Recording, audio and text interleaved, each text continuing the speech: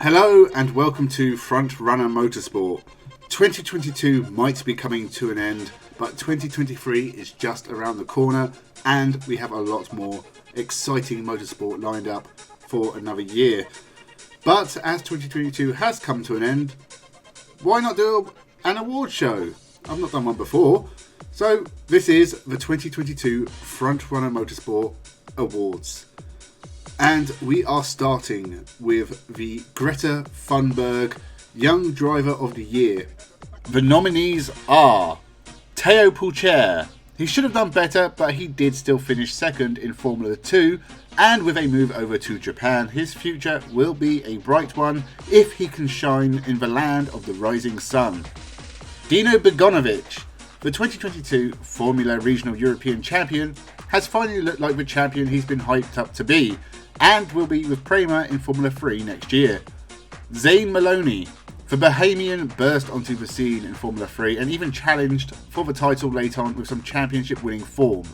Victor Martins, the Frenchman, won the Formula 3 championship and is looking like one of the stars of the future if he can keep it up in Formula 2.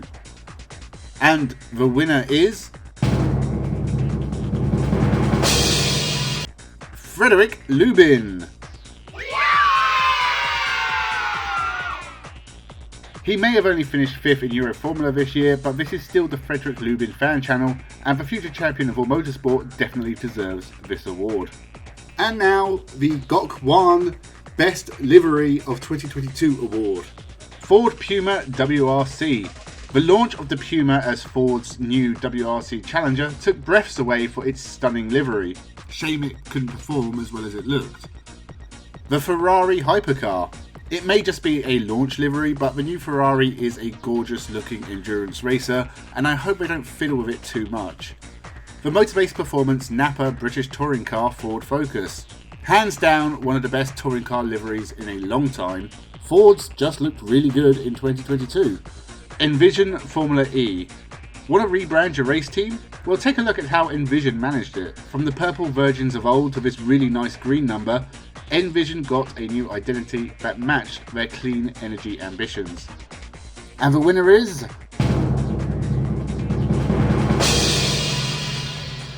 the Napa Ford Focus BTCC. A car so good looking it is actually my phone case. And now we move on to the opposite end of the spectrum, the Crayola sponsored worst looking car of 2022. Haas Formula 1 Russian flag car, because, well, it was just really awkward, okay? All the Toyota liveries. Toyota race in nearly every race series out there and have a uniform look for their cars which can only be described as corporate tedium. Mercedes F1. This is what happens when you slam 4 different liveries, all of them bad, together on one really ugly looking car. Mercedes Formula E. Leaving the sport is no excuse for having a livery so boring it even put the Germans to sleep. And the winner is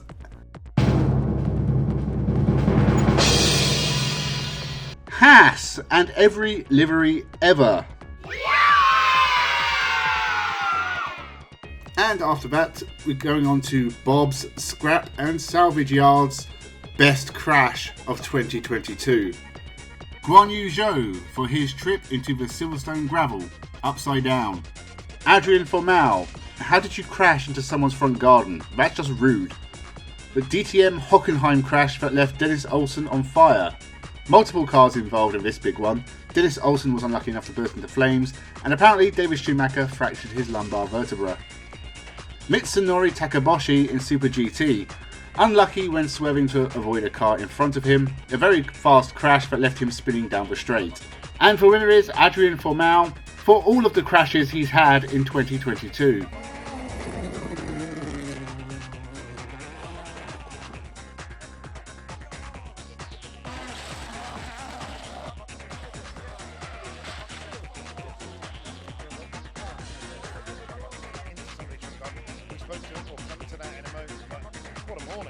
Yeah, it's been an awful lot going on. Look, first of all, it is a real shame to see Adrian Formo stopped here. You know, it was here in Croatia.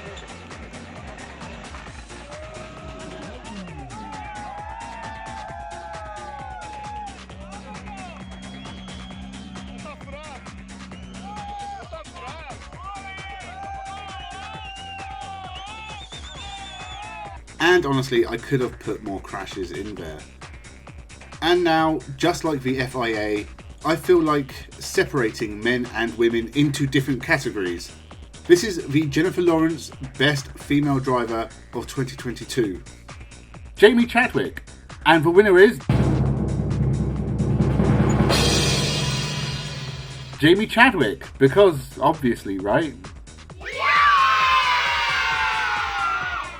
It's not only the drivers that make a complete mess of things at times. This is the UK government's Dumbest Team Decision of the Year award. Ferrari and all their bad decisions. There are many to choose from, but Hungary springs to mind. Binotto even lost his job because of their absurd strategies. Alpine for their driver issues. Losing one driver to Aston Martin, announcing your young prodigy to replace him, only for them to say no and go to McLaren. It's very embarrassing. Haas for replacing Mick Schumacher. Haas for many reasons, but replacing your young up-and-coming German with a washed-up older German seems like bad business. Mercedes for their 2023 car, for bouncing their drivers all over the world in a car that at times looked more like a pogo stick. And the winner is Ferrari. Oh, yeah, this is the Jack Grealish Worst Driver of the Year 2022 award. Nicholas Latifi. Lots of crashes, finished last and lost his job. Need I say more? Craig Breen. When you're hired to be the team leader as they enter to the next stage of their evolution, you better put in some good performances. Don't do what Craig Breen has done. Antonio Giovinazzi. Looking for a new start outside of Formula 1? Well, why not go to Formula E? Finish last and score no points like Giovinazzi did. Lewis Hamilton, mostly because I love controversy, but also because the 7-time world champion finished 6th overall and lost out to his younger teammate, whilst not winning a race all year for the first time. And the winner is... Nicholas Latifi. We've only got a few categories left. Now, let's move on to the Durex Most Surprising Driver of 2022 award. Scott McLaughlin. In only his second season of IndyCar, he's winning races and challenging for the championship. Damn impressive. Marcus Ericsson. I had long since written the Swede off, but the last couple of years have been very good for Marcus Ericsson. Tom Ingram ended the run of Turkington and Sutton championship wins and took Hyundai to their first BTCC success. George Russell took his first win and pole, beat his experienced teammate and finished 4th overall. A good year for the young star of tomorrow. And the winner is... Scott McLaughlin. And now the big one. The one every driver wants to win. The Patrick Watts Memorial Best Driver of the Year 2022 award. Max Verstappen, a dominant win in Formula 1 with 15 wins throughout the year and no one close to touching him.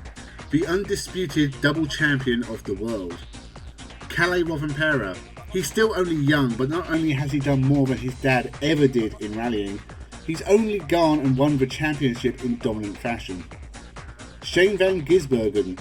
No one could touch the New Zealander, but more than that, he has been racing in other categories of motorsport and having success pretty much everywhere he goes. Stoffel van Dorn has been overlooked for a long time, but the former Formula 1 driver took the normally chaotic Formula E championship with relative ease. And the winner is...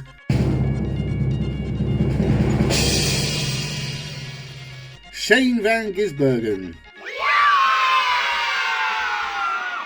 Why Shane van Gisbergen? Well, it's my channel and I'll do what I like. This is not a democracy.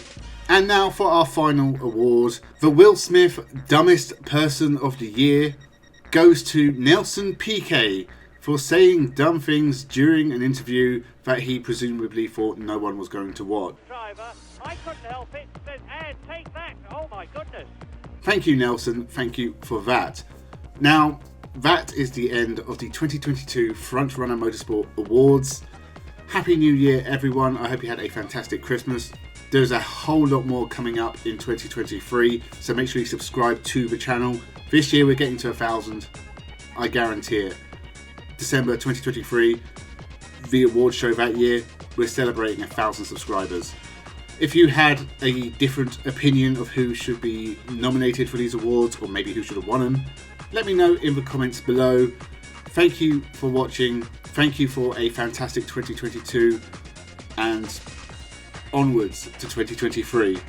Have a good one.